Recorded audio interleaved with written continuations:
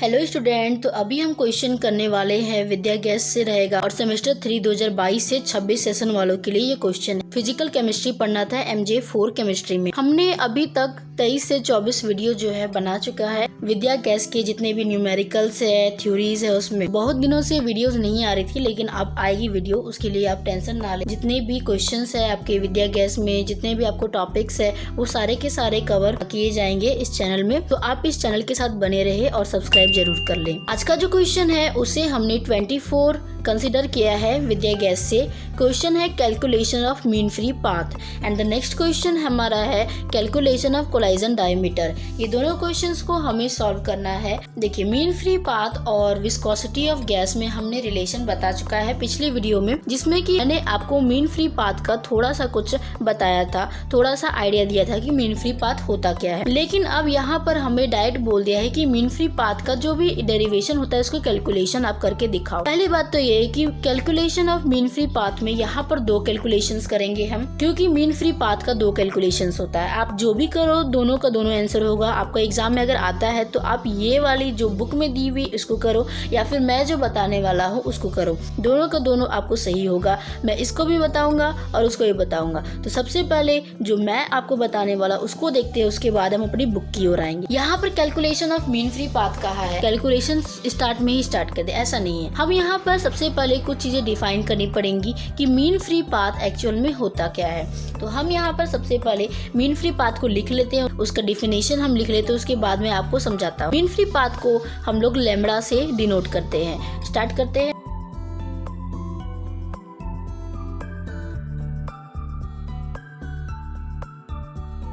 Definition है average distance travel by the molecule between 2 successive collision is mean free path. इसे हमने पीछे की वीडियो में भी बताया था। तो इस फिगर से हम समझते हैं। मान लेते हैं 2 एटम्स है, इनको कोलाइड करना है। इनके बीच की दूरी जो है उसे हम लेंथ मान रहे हैं, ठीक है। तो यहाँ पर हमने इस एटम और इस एटम के बीच की लेंथ हमने L1 मानी है, इसकी डिस्टेंस हमने L1 मानी है। इस एटम से किसी और एटम की डिस्टेंस हमने L2 मानी है और इस एटम से इस एटम की लेंथ हमने L3 मानी है।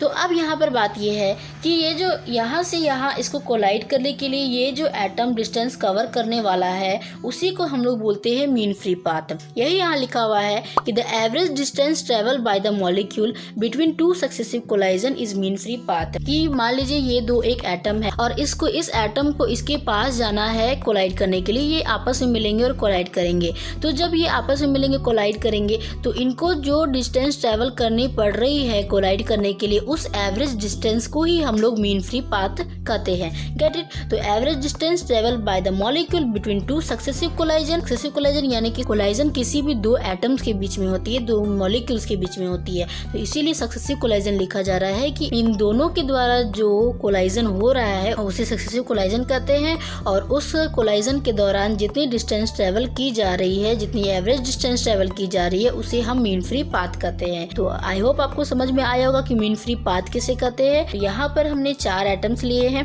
चारों एटम्स का एक दूसरे के बीच के डिस्टेंस को हमने L1, L2 और L3 माना है। अब हम अपने डेरिवेशन की ओर बढ़ते हैं कि मीन फ्री पाथ का कैलकुलेशन हम कैसे करेंगे। सबसे पहले एवरेज डिस्टेंस को मानेंगे, यहाँ से यहाँ, यहाँ से यहाँ, यहाँ से यहाँ। मान लेते हैं ये जो एटम है इसके साथ करना है कोलाइड। तो यहाँ से इसकी दूरी, इसकी दूरी, इसकी दूरी को जब हम एवरेज निकालेंगे तो सबसे पहले हमें एवरेज डिस्टेंस को कुछ मानना पड़ेगा। तो हम लिखते हैं let the average distance is equal to, हमने जो एवरेज डिस्टेंस अभी माना उसे हम 20 सेंटीमीटर पर सेकेंड मानेंगे। डिस्टेंस का हमारा SI यूनिट होता है सेंटीमीटर पर सेकेंड और हमारा ये भी जो है वो एवरेज को दर्शा रहा है। तो हम एवरेज डिस्टेंस को 20 सेंटीमीटर पर सेकेंड मानेंगे, ठीक है। अब 1 सेकेंड में एक मॉलिक्यूल कितनी दूरी तय कर रहा है, हिंदी में कहे तो, या फिर कितना डिस्टेंस ट्रेवल कर रहा है 1 सेकेंड में एक मॉलिक्यूल के द्वारा, उसे हम क्या कहेंगे? There in 1 second the distance move by the particles. यानी कि किसी भी पार्टिकल्स के द्वारा 1 सेकेंड में कितना डिस्टेंस ट्रेवल किया जा रहा है, उसे 1 सेकेंड में वो कितना डिस्टेंस ट्रेवल कर रहा है उसे हम मानेंगे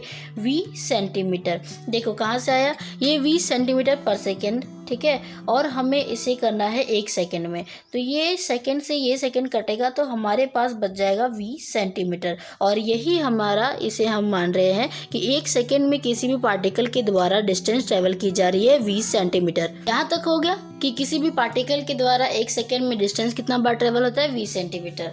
अब आगे हम देखते हैं, हमें पता है नंबर ऑफ कोलाइजन का फॉर्मूला क्या होता है। तो सबसे पहले हम वो लिख लेते हैं कि नंबर ऑफ कोलाइजन होती क्या है वो हमें पता है, पीछे की वीडियो में हमने देख चुकी है। बस हमें यहाँ पर लिखना है नंबर ऑफ कोलाइजन का फॉर्मूला क्या होता है। तो number of collision which molecules undergoes in 1 second, यानी कि कोलाइजन 1 सेकेंड में वो कितना ज़्यादा कोलाइड कर रहे हैं एक दूसरे के साथ, उसे यहाँ पर लिखना। अभी हमने देखा कि एवरेज डिस्टेंस क्या होती है पूरे मिलाकर के, 1 सेकेंड में किसी भी पार्टिकल कितना डिस्टेंस ट्रेवल कर रहा है वो क्या होती है वो।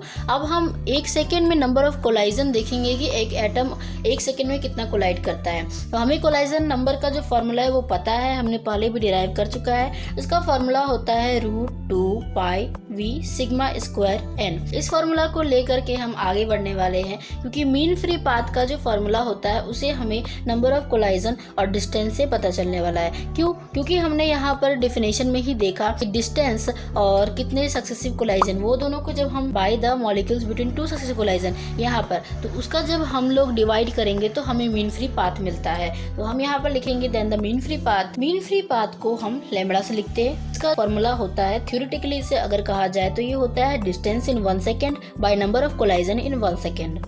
यानी कि 1 सेकेंड में एक एटम या फिर मॉलिक्यूल्स कितने डिस्टेंस कवर कर रहा है और कितने नंबर ऑफ कोलाइजन कर रहा है, उसका जब हम डिवाइड करेंगे, उसका रेशियो लेंगे तो हमें मीन फ्री पाथ मिल जाता है। मीन फ्री पाथ को हम लैम्बडा से डिनोट करते हैं, इसलिए यहाँ पर हम लैम्बडा लिख सकते हैं। डिस्टेंस इन 1 सेकेंड को हमने क्या माना था, 20 सेंटीमीटर माना था, ठीक है। तो इसे हम अभी v लिखेंगे, नंबर ऑफ कोलाइजन 1 सेकेंड, जिसे नंबर ऑफ कोलाइजन कहते हैं, कोलाइजन नंबर कहते हैं, उसे हम लिख सकते हैं NC। तो लैम्बडा का फॉर्मूला हो गया v/NC। This is the formula of mean free path.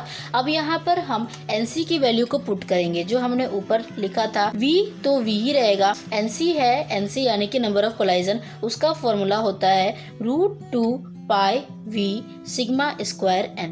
देखो यहाँ पर v और यहाँ पर भी सेम है, तो इस v से इस v को हम कट कर सकते हैं। अब हमारे पास जो वैल्यू बची उसे हम नीचे लिखेंगे। काटने के बाद हमारे पास वैल्यू बच जाती है 1/√2 पाई सिग्मा स्क्वायर n। ये वैल्यू हमारे पास आती है। इसे हम इक्वेशन 1 मान लेते हैं, बॉक्स में कर लेते हैं। This is the equation 1। यहाँ लिखेंगे by applying this formula we can calculate mean free path. इस फॉर्मूला का यूज करके हम मीन फ्री पाथ को कैलकुलेट करेंगे। ये आपका आधा फॉर्म हो गया, अभी और भी काम करना बाकी है हमें यहाँ पर, इसलिए ये आगे जाएगा, ठीक है। नहीं तो यहाँ तक भी आप कर सकते हो। अगर आपका दूसरी वैल्यूज नहीं दी हुई है, यहाँ पर आपको केवल पाई दिया हुआ है, और ये जो सिग्मा स्क्वायर है ये मॉलिक्यूलर डायमीटर होता है, ये कोलाइजन डायमीटर होता है, और ये n आपका नंबर ऑफ मोल्स होते हैं। तो अगर आपको यही सारी चीजें दी हुई है और आप मीन फ्री पाथ निकाला, तो आप केवल इस फॉर्मूला का यूज करोगे। और आपको अगर एक्स्ट्रा चीजें दी हुई तो आप आगे यहाँ पर देखो कैसे होता है। तो हम करेंगे, वी नो दैट, हमें क्या पता है, हम जानते हैं आइडियल गैस इक्वेशन का। We know that ideal gas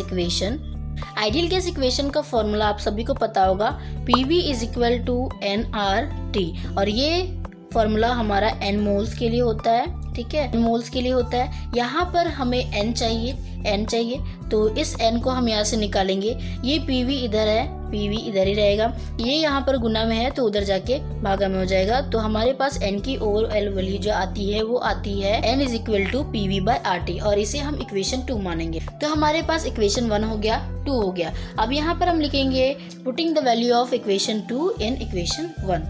equation 1 हमारे पास जो था, सबसे पहले तो हम वो लिख लेते हैं। इक्वेशन 1 हमारे पास था 1/√2 पाई सिग्मा स्क्वायर n, और हमारे पास इक्वेशन 2 आई है n is equal to PV/RT। n जो आया है उसकी वैल्यू हम यहाँ पर पुट कर देंगे। तो यहाँ पर √2 पाई सिग्मा स्क्वायर, n की वैल्यू आई हमारे पास PV/RT। ये जो RT है, आप देखो यहाँ पर इसके पास भी डिवाइड है, ये पहले तो यहाँ पर डिवाइड में है और ये भी यहाँ पर डिवाइड में। तो ये जो डिवीजन है ये ऊपर जाके मल्टीप्लिकेशन में जाएगा। तो अब हम इसको ऊपर में मल्टीप्लाई कर देते हैं। तो हमारे पास 1 इंटू RT करोगे तो RT ही आएगा। तो हम इसे ओवरऑल लिखते हैं RT/√2 pi sigma square into PV। This is the equation. अब हम इसे अरेंज कर लेते हैं अच्छे से। तो हमारे पास जो वैल्यू आती है लैम्बडा की वो है RT/√2 pi sigma square PV। ये इक्वेशन हमारे पास मीन फ्री पाथ की आती है, और यही हमारा लास्ट इक्वेशन था, लास्ट डेरिवेशन यही तक हमें करना था। तो हम यहाँ पर लिख सकते हैं this is the formula of mean free path. ये तो हो गई हमारी कॉपी वाली कि मीन फ्री पाथ को किस तरह से हम लोग डेरिवेट करते हैं। सबसे पहले हमने क्या किया, इसे आप समझो। सबसे पहले हमने मीन फ्री पाथ को क्या होती है उसे डिफाइन किया। मीन फ्री पाथ में एवरेज डिस्टेंस को माना, 1 सेकेंड में उसकी डिस्टेंस क्या होती है किसी भी पार्टिकल की। उसके बाद 1 सेकेंड में नंबर ऑफ कोलाइजन कितना होता है। मीन फ्री पाथ का फॉर्मूला में हमने नंबर ऑफ कोलाइजन का फॉर्मूला को पुट किया। उसके बाद हमने यहाँ तक किया। फिर हमें लिया ideal gas equation. Ideal gas equation से हमने n की वैल्यू निकाली। n की वैल्यू को इक्वेशन 2 माना और इस इक्वेशन 2 को इक्वेशन 1 में पुट करने के बाद हमारे पास जो वैल्यू आती है वो है π=RT/√2 pi sigma square PB, जहाँ पर R आपको पता है यूनिवर्सल गैस कांस्टेंट है, T टेम्परेचर है, π22/7 जिसकी वैल्यू होती है, सिग्मा स्क्वायर यहाँ पर कोलाइजन डायमीटर है, P यहाँ पर प्रेशर है और V वॉल्यूम है और लैम्बडा यहाँ पर मीन फ्री पाथ है। This is the equation of mean free path और इसे हमें कैलकुलेट करना था। तो हो गई हमारी कॉपी वाली। आपको इसका नेक्स्ट वीडियो जो कि विद्या गैस में दिया हुआ है वो आपको नेक्स्ट वीडियो में मिलेगा, ठीक है। तो ये इक्वेशन भी सही है, वो इक्वेशन भी सही है। फर्स्ट इक्वेशन आपने देखा, सेकंड इक्वेशन के लिए आप इंतजार करें नेक्स्ट वीडियो का। आज तक के लिए इतना ही। तो अगर आपको वीडियो थोड़ी सी भी इंफॉर्मेटिव लगी, अच्छी लगी तो वीडियो को लाइक करें, चैनल को सब्सक्राइब करें, कमेंट करें और शेयर करना ना भूलें। Thank you.